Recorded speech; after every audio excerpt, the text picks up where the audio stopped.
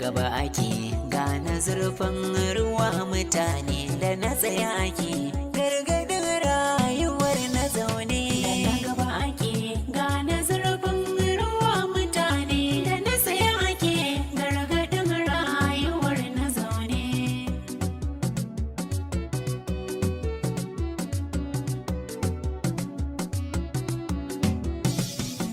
Da na gaba ake gane zurfin ruwa,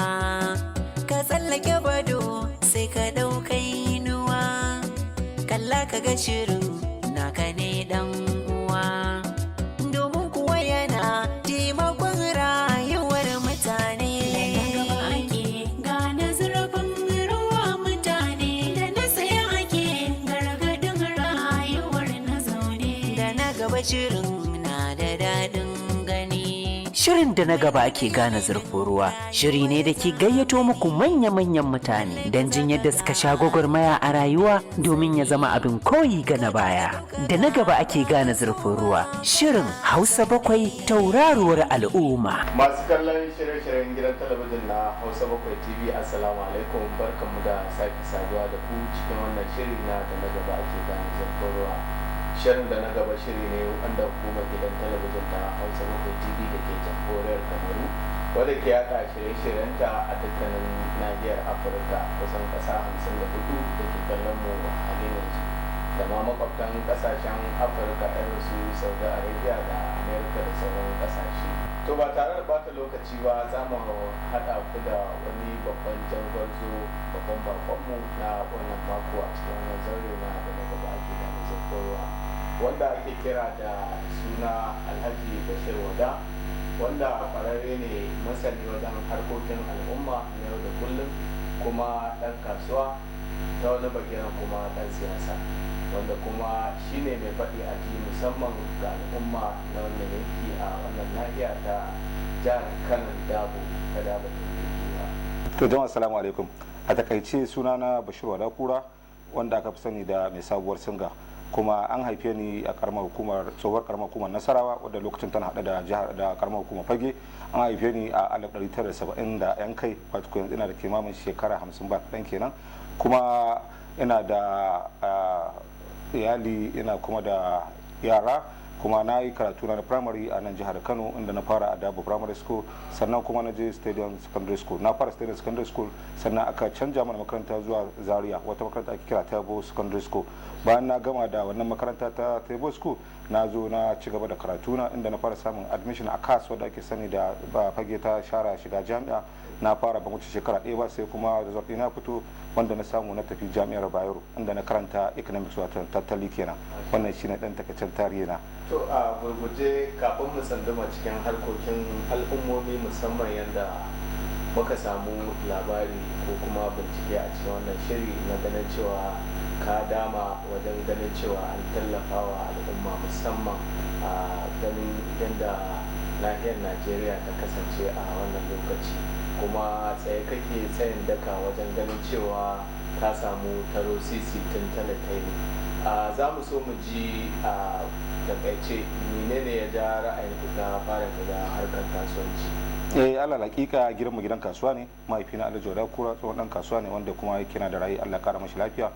Shi ne dalili makasudi wanda kuma ya nuna mana, kuma sannan bayan na gama makaranta kamar da aka ce na fara neman aiki da farko, na ga neman aikin nan yana neman ɓata lokaci, kuma alal hakika aiki ya zama abin da ya zama, don haka sai na samu interest na cewa in ci gaba da harkokina na kasuwa. Na fara harkokina na kasuwa bayan na gama, ina zuwa makaranta wato jami'ar Bayero, in na taso zan dawo shago, a nan na dinga yi. Bayan har na gama sai na ci gaba kuma na zarce da kasuwanci na, inda nake a nan kasuwar Singa, muna neman abin da halak mu da taro da sisi. Bayan garin kuma Allah sai ya sa muka zo muka buɗe wannan shago wanda ake cewa Sabo Singa. Wato dalili na buɗewa shine lokacin da aka zo ana faɗe-faɗe na wannan Boko Haram, mafi aksarin bakin mu mutanen gabas ne, mutanen Fatiskum da sauransu, saboda harka da Boko Haram da yawa ta tarwatsa su. Sai aka sai muka cewa ya cancanta mu je mu ƙara buɗe mu bunƙasa abubuwan a wajen da zai zama cewa mutane na ko ina sun zo sun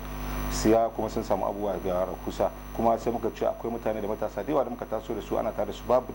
su da ayyukan yi, kuma wannan shine dalili da na biyu da yasa aka buɗe, saboda za mu ƙara taimaka mu ja mutane a jiki, sannan kuma a ba su ayyukan yi daidai gwargwaro na yanda za mu iya. Baya ga haka kuma muna harka kamar ta adai da sau, wanda yake muna da mutane da yawa da mun ba su mashin kuma da yawan su wallahi sun mallaki muhalli ta dalilin wannan mashin din, sun yi mashin din purchase muke ba, sun sayar sun mallaki muhalli kuma sun ansa kuma sun ci gaba, sun yi aure. To kaga wannan ba abin da muke sai mu ce mun gode wa Allah. Wannan shine yan abubuwan da muka ga ya dace, kuma Allah hakika kowa sani daidai gurgudu abin da bai kafa karfin ba mukan sa mutane aka hanya akan ayi. Saboda ni na fi so idan ka zo a ce ga hanyar zaka ci abinci maimakon a ce an goga naira 1000 2000 da sauransu, abin da kake ka koya mutum sana'a ka daura shi akan bagire na gaskiya. Wannan shine abin da muka sa a gaba. To honorable Bashir mun gode kwarai da gaske. Za mu so mu ji irin tagomashin da al'ummomi suka lasa, ko za ka iya tuna wani abu da ya taba baka mamaki a cikin harkokin da kai na kasuwanci? Akwai abubuwa da yawa, magana ta gaskiya, dan akwai wanda muna tare da su sun mallaki kamar da ba ma a harkar can ba, wannan harkar ta kasuwa sun mallaki muhallin su, sun yi aure, wasu kuma suna da sana'a ta kansu mun yayi su, wasu kuma ana tare da su kuma suna ci da kansu, ci da iyalan su, duk abin da ka sani rayuwa wallahi babu abin da ya gagare su, babu abin da ya fi karfin su. Kuma wannan abu yana burge ni, kuma ina jin daɗi da wannan abin da nayi, kuma muna fata Allah ba mu ladan abin da muka yi. Wannan yana da cikin dalilin kuma da ya sa muke wannan harkokin, saboda a taimake al'umma su samu abin yi. Za mu so mu ji irin yawan al'ummomin da ke cin abinci ƙarƙashin wannan sabuwar singa. A ƙarƙashin sabuwar singa directly muna da ma'aikata wanda sun kai guda 36 wanda ke directly suna aiki a nan wajen ne, kuma Allah ya sani da Allah suka dogara da nan wajen suka dogara, banda wanda suke samu ta wasu bangarorin wanda suka mana aikin ɗauko kaya da sauransu. To baya ga irin taimako da kuma gudunmawa da ta baiwa gwamnati musamman wajen rage ma al'ummomi raɗaɗi ta ganin cewa sun samu tagomashin abin yi a cikin wannan farfajiyar kasuwa taka, za mu so mu ji irin taimako ko kuma gudunmuwa. Akwai wata gwamnati ko kuma wani mai hannu da shi ne da ya taɓa taimaka ma wannan tafiya taka domin taimakon al'umma da ka sa gaba? Ya Allah hakika directly zan ce ga wanda ya taɓa zuwa kawo gudunmuwa ko na abu na cewa dan a samu a taimaki mutane ba, ko wani harkokin da muka sa a gaba saboda abin ƙasa ta, duk abin da ka gani Allah ne ba mu da kuma kokarin mu da kuma gode ubangiji. To akwai wani kalubale ko tarnaki da ya taba baka tsoro ko ya rikita ka musamman kan yadda kake gudanar da harkokinka? Ya ka san ita harka ta kuɗi harka ce wadda dole za a samu mishkiloli da wasu abubuwa kala-kala, so ana dan samun matsaloli gaskiya da harka, wanda kuma abu ne ba da tilas wani sai ka fito ka ce ga yanda aka yi ko ga abin da aka yi, amma kowa riga sani harka ta kuɗi idan ka sa jama'a akwai wanda za a yi daidai akwai wanda ba za a yi daidai ba. To amma mun gode Allah alhamdulillah har yanzu muna yi. To gwamnati ta taba neman ka bisa ga irin wannan maganganu ko kuma ka taba neman wani abu da gwamnati? Allah hakika ban taba ba gaskiya, a gwamnatacce gwamnati ta nema na ba mai ko a taimaka ko a bunƙasa harkoki, amma ni da directly bana ce akwai lokacin da aka nema ba, ni ma kuma ban taba nema ba. To za mu so mu ji irin yadda Najeriya ta ce kanta wajen rashin tattalin arzikin ƙasa, musamman ganin cewa irin yadda kayan masarufi da kayayyaki suke hauhawa farashi, wasu ɗan kasuwa da dama sun durkushe, wasu ɗan kasuwa ba sa jin daɗin kasuwar. To ya kuke ganin lamarin kasuwa musamman a wannan nahiya ta Najeriya? To kowa riga sani ba sai ka faɗa ba, duk wanda ke ƙasar nan ya san cewa harkar kasuwa sai dai inna lillahi wa inna ilaihi raji'un.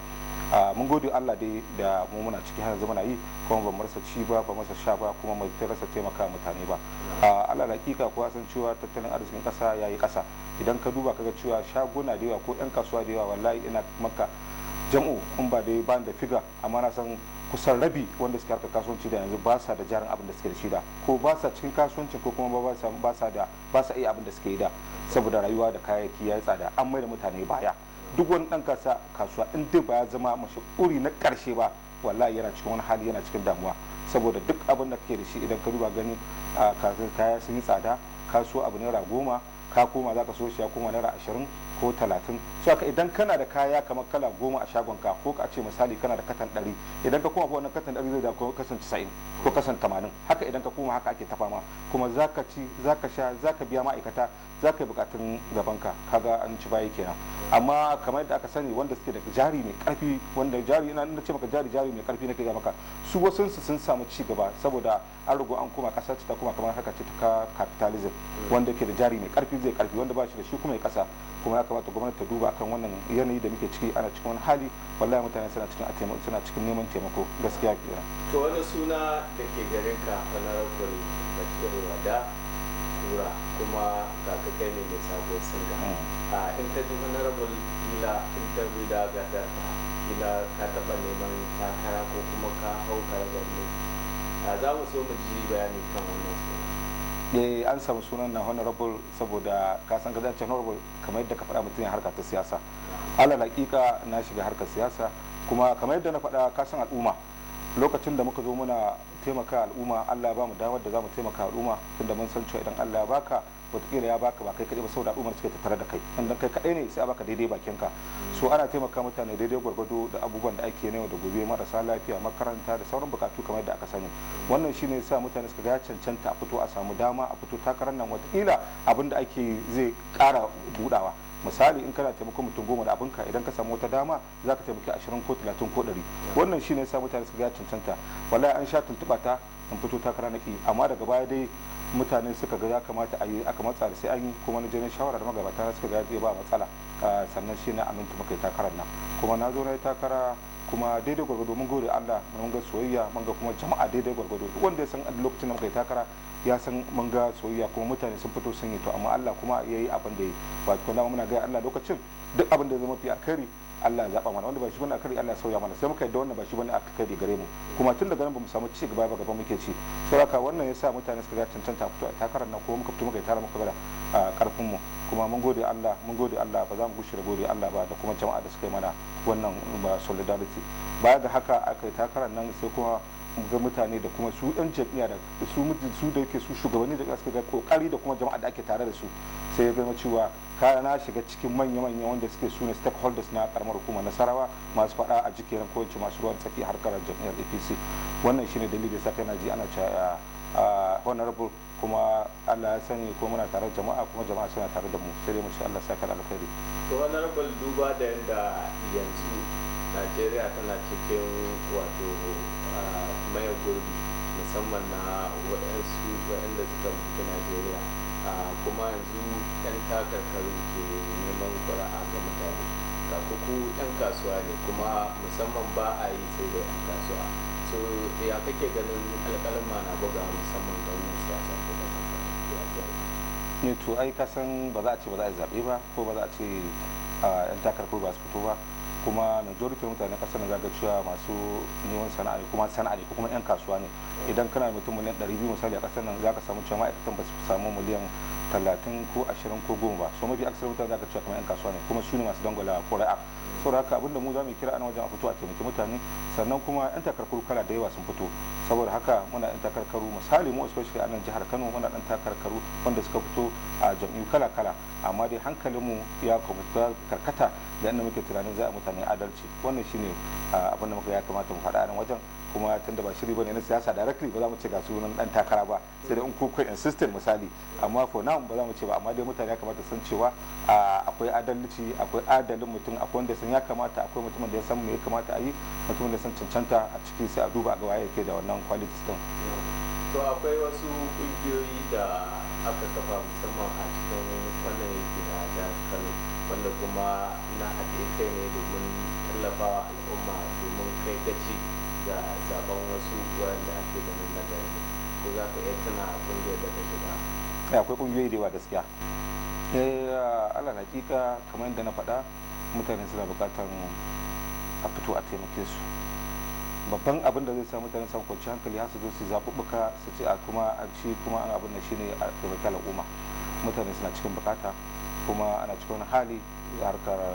rashin lafiya ka duba gani ana fama da rashin lafiya kala-kala kuma rayuwa ta tsada magani ya tsada harkar abinci wanda sai ka ci ka koyi sannan za ka yi komai wannan shine zai taimaka mutane su fito su yadda ma da cewa akwai gwamnati su yadda da cewa za su yi zaben so yana da kyau a fito a taimaki mutane harkar wannan canjin kuɗi da ake magana akai shi ma ya kawo abubuwa kala-kala a cikin harkar kasuwanci kamar da na faɗa ya kawo harhawar ita kanta dala wadda kuma dala ta zama a duniya ita take duba determining prices da kuma kasuwa ta duniya wanda yake kaga tun daga naira 600 da motsi sai da take naira 900 to alhamdulillah ta dan fara yin baya wanda ya sa duk kayayyaki sun kara tafiya gaba kuma kudaden shiga na mutane bai karu ba to duk wannan abubuwa ne wanda ya kamata gwamnati ta duba ta ga abin da ya dace a yi akai wanda za a taimaka kuma ya zama cewa economy din ya zauna sannan kuma mutane ya zama cewa sun fi karfin cikin su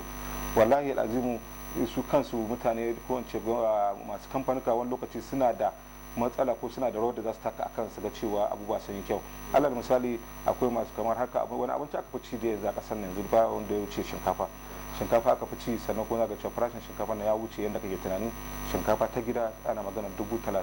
33 har zuwa sama, wanda bai kamata a ce ya kai ga haka ba. Wani albashin bai wuce 30,000 din ba, ka ba shi 30,000 ka ce shi ya ci shinkafa kuma yana da iyali, to in ma rabin buhun shinkafa zai sai taliya, zai sai makaroni, zai sai wasu abubuwa, za ka cewa ba kai ga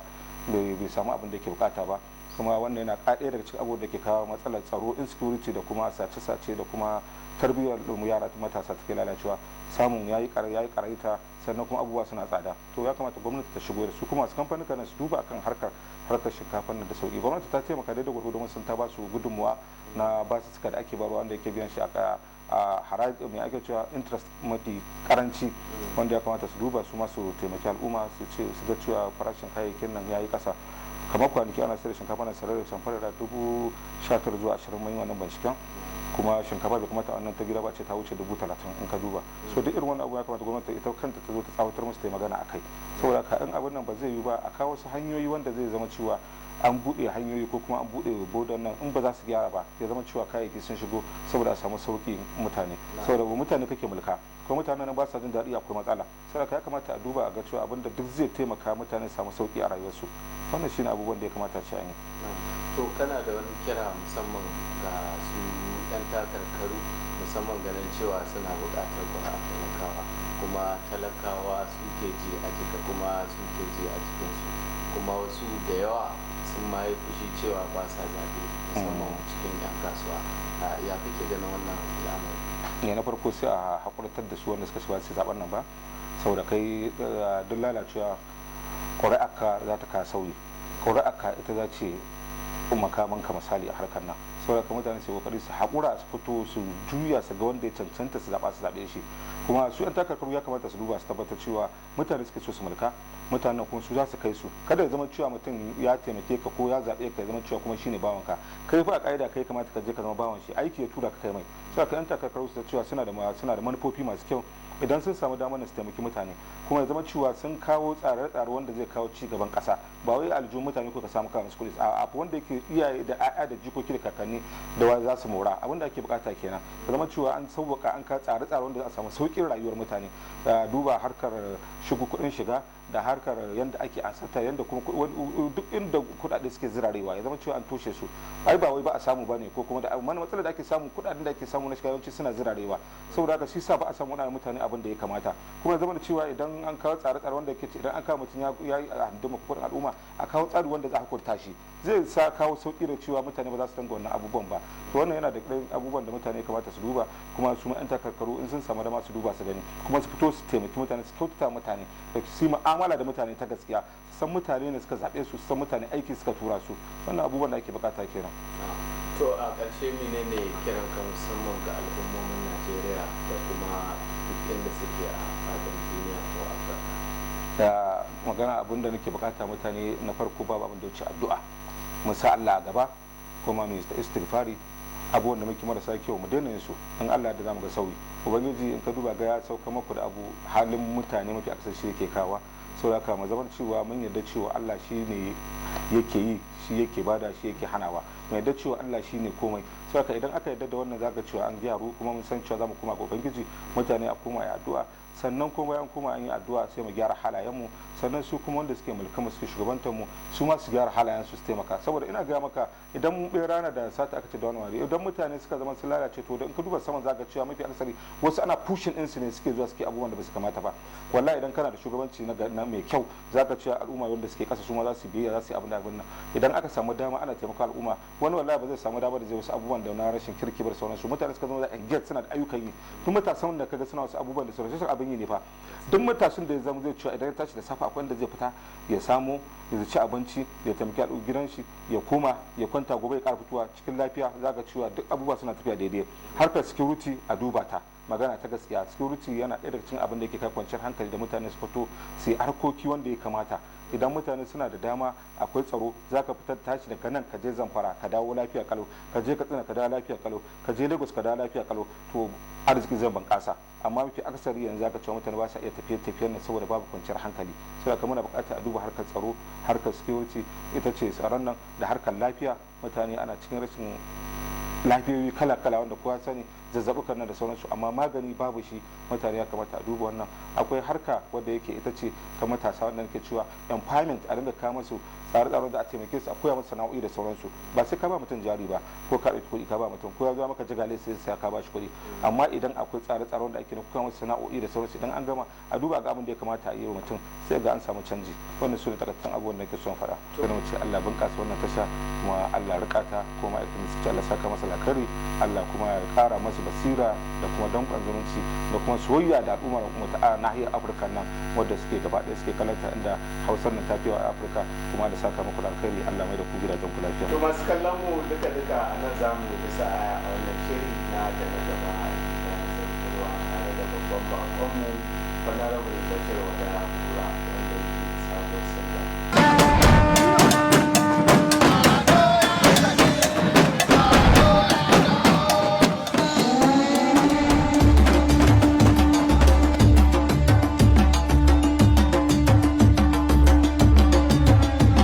Albishirinku masu kallonmu, kafin ku ce goro, a madadin mai gidan talabijin na Hausa 7 TV, Alhaji Abdullahi Sadau, da kuma jajirtaccen manajan shi na tarayyar Najeriya, wato Musbahu Abubakar, muna jinjina tare da albishir ga al'ummar ƙasashen Afirka da ma wasu sassa na ƙasashen ƙetare, kamar irin su Kano, Katsina, Daura, Zamfara, Sokoto, Kebbi, Zaria, birnin Zazzau, Borno, Adamawa, Taraba da kuma sauran jihohi na ƙasar Najeriya, a ƙasashen ƙetare kamar irin su Kamaru, Ghana da kuma jamhuriyar Nijar. Hausa 7 tauraruwar al'umma. An ce tafiya maganin gari mai nisa ce. Asalin gona ya al'umma kuji kuya ce. Hausa 7 tasha ta TV ta zarce. Haske ya billo ta ko'ina ku tsaya ku ji maliya ce.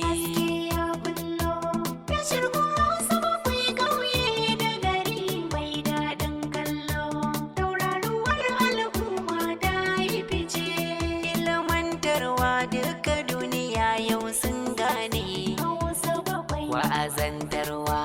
idan ka kunna nan dai ne. A nishaɗantarwa na tashar daban ma ne. In dai kun gano ku kunna Hausa 7 yau damar ku ce. Ake gane zurfin ruwa mutane da na tsaya ake gargadin rayuwar na zaune. Da na gaba ake gane zurfin ruwa mutane da na tsaya ake gargadin rayuwar na zaune.